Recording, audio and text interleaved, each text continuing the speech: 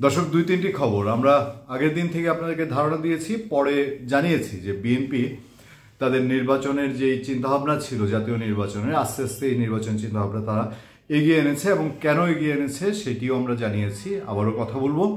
সবশেষ খবর হচ্ছে বিএনপি, বাংলাদেশ জাতীয়তাবাদী দল এবং বাংলাদেশের অন্যতম রাজনৈতিক শক্তি এখন, তারা আগামী জাতীয় সংসদ নির্বাচনটি চায় হচ্ছে এই চলতি বছরই জুলাই অথবা আগস্ট মাসে, এবং দলটি মনে করছে যে এই নির্বাচন জুলাই এবং আগস্টের পরে যাওয়ার কোনো কারণ নেই।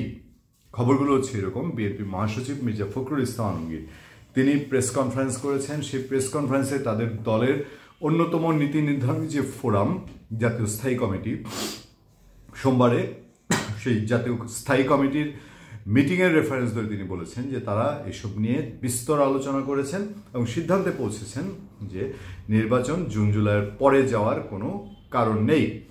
প্রেস কনফারেন্স নিয়ে আরও কথা আছে। এদিকে বিএনপির সিনিয়র যুগ্ম মহাসচিব রুহুল কবির রিজভী আহমেদ তিনিও বলেছেন যে অযথা নির্বাচন নিয়ে বিলম্ব করার কোনো কারণ নেই। সংস্কারের নামে বা সংস্কার বলে নির্বাচন পেছানোর কোনো যুক্তি তিনি দেখতে পাচ্ছেন না। আরেকটি খবরকে আমরা এর সঙ্গে মিলাচ্ছি এই কারণে যে রিলেশন তো আছেই। আপনারা জানেন যে বৈষম্য বিরোধী ছাত্র আন্দোলন এই অংশটি কোনোভাবেই এখন নির্বাচনের পক্ষে না। তারা বলছে আগে সংস্কার তারপরে নির্বাচন।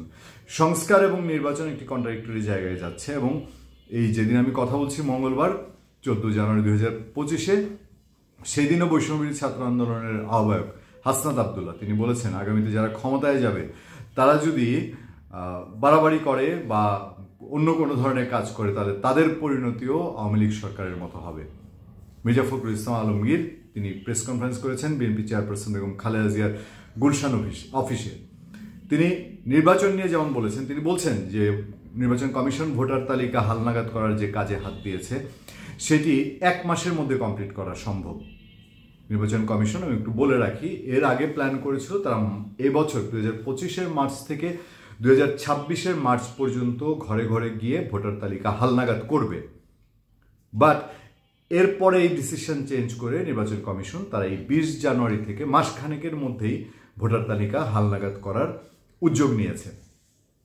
এবার আরও কিছু বিষয় এর সঙ্গে রিলেট করেছেন মির্জা ফখরুল ইসলাম আলমগীর। তিনি বলছেন যে এটা যদি কমপ্লিট হয়, নির্বাচন কমিশন গঠন হয়ে গেছে, সুতরাং নির্বাচন অনুষ্ঠানে আর কোনো বাধা নেই এবং এই গভর্নমেন্টের ফার্স্ট প্রায়োরিটি হওয়া উচিত নির্বাচনকে, এই জাতীয় নির্বাচনে অ্যারেঞ্জ করা, অন্য কোনো দিকে ফোকাস না। তিনি বলছেন যে এই গভর্নমেন্ট যদি স্থানীয় সরকার নির্বাচন আগে করার কোনো চিন্তা ভাবনা করে থাকে তাহলে বিএনপি তার এটা নিয়ে বিস্তর আলোচনা করেছে এবং তারা তাদের সিদ্ধান্ত জানিয়েছেন।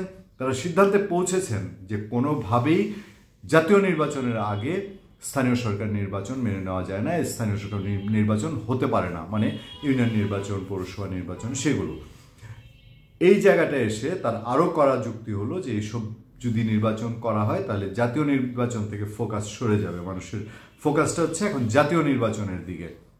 এই সার্বিক দিক মিলিয়ে মির্জা ফখরুল ইসলাম আলমগীরের এই বক্তব্য মিলিয়ে একটা জায়গায় আসছে, সেটা হলো গত 7 জানুয়ারি প্রধান উপদেষ্টার প্রেস সচিব মিস্টার শফিকুল আলম তিনি জানিয়েছেন যে যদি রাজনৈতিক দলগুলো বড় অর্থে কোনো সংস্কার না চায় তাহলে নির্বাচন এই বছরের মধ্যেই হয়ে যাবে। আমরা যদি মুদ্রা কথায় যাই তাহলে বিএনপি যেই প্রেশার গ্রুপটা কাজ করছে বা বিএনপি যে চাপ সরকারের উপরে তৈরি করতে চেয়েছিল সেখানকে বিএনপি আবার এক স্টেপ তাদের সাফল্যের দিকে যাচ্ছে কিনা, মানে বিএনপির যে উদ্দেশ্য সেই জায়গায় প্রশ্নটা থাকে 2 জায়গায়। একটা হলো যে এই যে বিএনপি যেটা চাচ্ছে এটার সাথে জামাতে ইসলামী এবং বৈষম্য বিরোধী ছাত্র আন্দোলন এদের একমত হবে কিনা, এই ক্রাইসিসটা তারা এখন যে একটা ক্রাইসিস বলা যায় কিনা, যে ক্রাইসিস নিশ্চয়ই এই জায়গায় যে বিএনপি আগস্টে নির্বাচন চাচ্ছে, এখন জামাতও কি আগস্টে চাবে কিনা বিএনপি যেভাবে চাচ্ছে, বা বৈষম্য বিরোধী ছাত্র আন্দোলন যারা বলছে যে সংস্কার ছাড়া নির্বাচন হবে না, শেখ হাসিনা বিচার ছাড়া নির্বাচন হবে না, এবং তাদেরকেও এক জায়গায় ঐক্যমতে আনা যাবে কিনা। কেউ বলছে যে হ্যাঁ অসমাধানযোগ্য কোনো প্রবলেম এখনো ক্রিয়েট হয়নি, কিন্তু ফিল্ডে যা দেখা যাচ্ছে তাতে তো একটুখানি বিরোধ দ্বৈততা অবশ্যই পরিষ্কার। জামাতে ইসলামী যদিও বিএনপির সাথে কোনো দূরত্ব নেই বলছে, বিএনপি স্থায়ী কমিটির সদস্য নুরুল ইসলাম খানও বলছেন যে জামাতের সঙ্গে কোনো দূরত্ব নেই, তাহলে এমনও কি যে আওয়ামী লীগকে মাথায় রেখে বা তারা যেটাকে ফ্যাসিবাদী শক্তি বলছেন সেইটা মাথায় রেখে তারা দ্রুত নির্বাচনের দিকে যেতে চান, যেন কোনো পক্ষই সুযোগ নিয়ে নির্বাচনটা পিছিয়ে দিতে না পারে, অথবা বিএনপি বা জামাতে ইসলামের সামনে বড় কোনো চ্যালেঞ্জ সামনে আসার আগেই নির্বাচনটা সেরে নিতে চান কিনা তারা। আরও একটা বিষয় হতে পারে, বর্তমান সরকারের সঙ্গে বিএনপির সেই অর্থে এখনো কোনো বিরোধ নাই, বা একেবারেই যে আওয়ামী লীগের সঙ্গে বিএনপির যেটা, জামাতের সঙ্গে আওয়ামী লীগের যেটা, সেই ধরনের কোনো পরিস্থিতি নেই। ফলে একটা তো এসব প্রেক্ষাপটে নিজেদের ভেতর একটা পলিটিক্স থাকে, ইন্টারনাল একটা বোঝাপড়া থাকে। সেই ধরনের বোঝাপড়া কোথাও আছে যেখানে বিএনপি সন্দেহ করছে সরকারের একটি অংশ নির্বাচন পিছিয়ে দিতে চায়, তাহলে আরেকটি অংশ কি নির্বাচন হয়ে যাক সেটা চায়? সেফ এক্সিট বলি আর যদি বলি সম্মানজনক এক্সিট, সে কোনো জায়গা, সেসব জায়গা থেকে, এবং ইন্টারন্যাশনাল প্রেশার যেটা তৈরি হচ্ছে, সবাই নির্বাচনের দিকে চোখ রাখছে, প্রধান উপদেষ্টা বলছেন একেবারে দেখিয়ে দেওয়ার মতন একটি ভালো নির্বাচন হবে। সেই নির্বাচনটা দিয়েই কি এবারের যেই টেনিওর, এবারের যে মেয়াদ অন্তর্বর্তীকালীনের, সেটাই শেষ হতে যাচ্ছে? দেখার অপেক্ষা। ধন্যবাদ সবাইকে, ভালো থাকবেন, সুস্থ থাকবেন, আবার দেখা হবে, আবার কথা হবে আপনাদের সাথে। আমি আতিক রহমান, পূর্ণিয়া।